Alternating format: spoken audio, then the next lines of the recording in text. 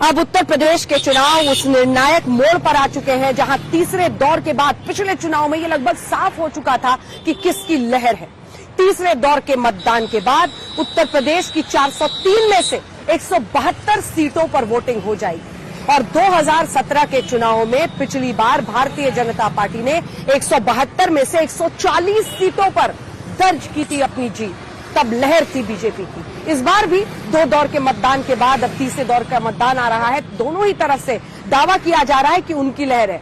योगी आदित्यनाथ दावा कर रहे हैं कि पहले और दूसरे दौर के 113 में से 100 सीटों पर वो कब्जा करेंगे। अखिलेश यादव कह रहे हैं कि उन्हीं की लहर है और वही इस बार मुख्यमंत्री बनने वाले हैं। इस बार अखिलेश यादव के लिए बहुत कुछ दांव पर है, क्योंकि जहां पर तीसरे दौर का 59 सीटों पर वोटिंग हो रही है, उनमें 8 जिले की 28 ऐसी सीटें हैं जो मुलायम सिंह यादव और अखिलेश यादव के परिवार का गढ़ मानी जाती है। लेकिन यहां पिछली बार चुनाव में सफाया हो गया था।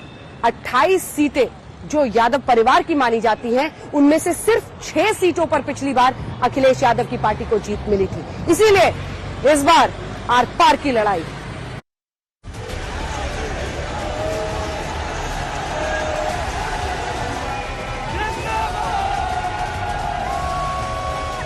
पुलिस वालों, पुलिस पुलिस पुलिस। नाम समाजवादी, काम तमंचावादी, सोच परिवारवादी। पुलिस वालों, क्यों ये कर रहे हो ये तमाशा? है मुक्त सरकार, ये भारतीय जनता पार्टी का संकल्प है। कि पहले और दूसरे चरण में ही समाजवादी पार्टी और गठबंधन के लोगों ने शतक मार लिया है। 22 में भाजपा को जिताकर बाउंड्री लगानी है, चौका लगाना है। मोदी जी, योगी और अखिलेश को क्या करेंगे, क्या देंगे?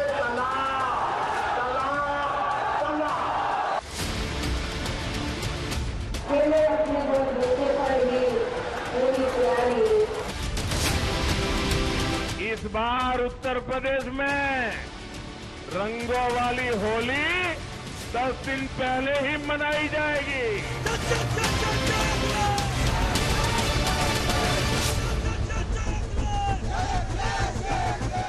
दो चरण के चुनाव बीत जाने के बाद धूल रुझानों से हटी है, छटी है या और अभी लड़ाई ठनी है? इन सवालों के बवंडर के बीच तीसरे चरण का चुनाव आ गया, जहां तक के मतदान में पिछली बार 2017 में जनता की उंगली ने तय कर दिया था चुनाव कौन जीतने जा रहा है। 22 के इलेक्शन में पहला चरण जाट मुस्लिम वोटों के कारण बीजेपी के लिए कठिन माना गया। दूसरा चरण 2017 के नतीजों के आधार पर समाजवादी पार्टी के लिए सरल समझा गया। लेकिन तीसरा चरण वो है जहां 2017 में बीजेपी ने 59 में से 49 सीटें जीतकर 3 दशक का इतिहास बनाया।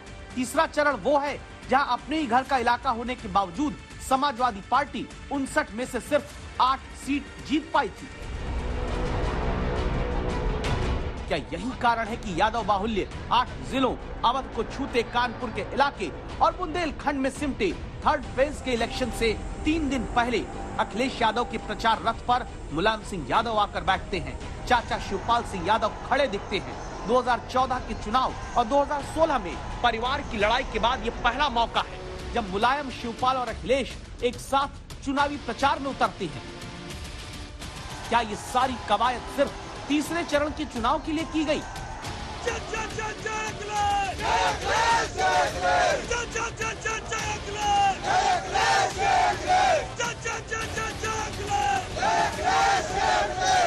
लखनऊ की लड़ाई के इस तीसरे अध्याय का और समझने के लिए अब आप 5 बातें नोट कर लीजिए।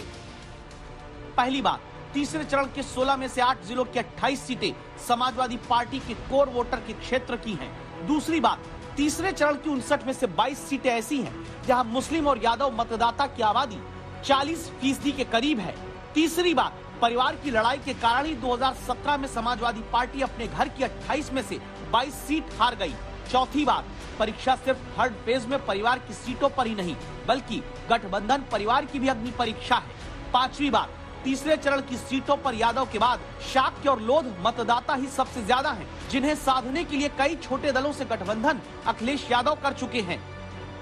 ये क्षेत्रीय दल की अपनी एक हैसियत होती है और क्षेत्रीय दल लगातार जनता के बीच में उनके दुख दर्द के करीब हैं। इसलिए मेरी कोशिश रही कि सभी जातियों के और तमाम ऐसे क्षेत्रीय दल हैं जिनका बहुत संगठन तो नहीं है लेकिन संगठन है कुछ पॉकेट्स में जहां सीधा सीधा पार्टी को लाभ पहुंचा सकते हैं। इसलिए मैंने हर वर्ग के हर जाति के लोगों के लेकर के एक अच्छा गुलदस्ता बनाया।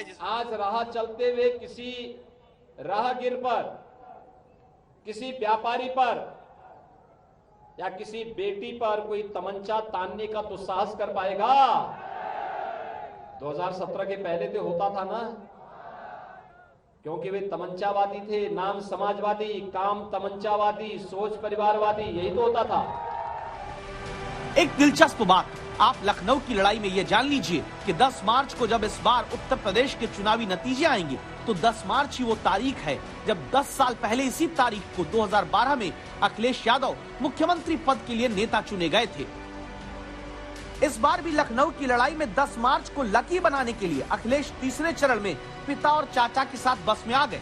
लेकिन इन्हीं तस्वीरों से जन्मी राजनीति का पहले आप ट्रेलर देखिए।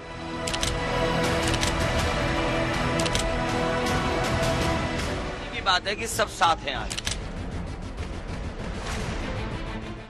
बेचारा शिवपाल जो प्रदेश का नेता था, कल उसको बैठने के लिए कुर्सी भी नहीं मिली।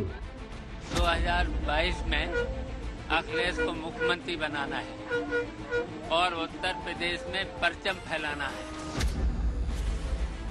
दुर्गति का जीता जागता नमूना देख सकते हैं तो शिवपाल यादव उसका एक जीता जागता नमूना आपको मिल जाएगा। ये ट्रेलर आपने देखा, अब कहानी जानिए। दरअसल इटावा में प्रचार के दौरान प्रचार बस के आगे की 2 सीटों पर एक तरफ मुलायम सिंह, दूसरी तरफ अखिलेश यादव बैठे। चाचा शिवपाल थोड़ी देर के लिए मुलायम सिंह की सीट के पीछे खड़े रहे, फिर आगे आकर सीट के हेड रेस्ट यानी हत्थे पर बैठ गए, जहां मुलायम उनसे कहते रहे कि जनता के सामने हाथ हिलाते रहो। इन्हीं तस्वीरों के आधार पर बीजेपी कहने लगी कि परिवार में सब ठीक नहीं है,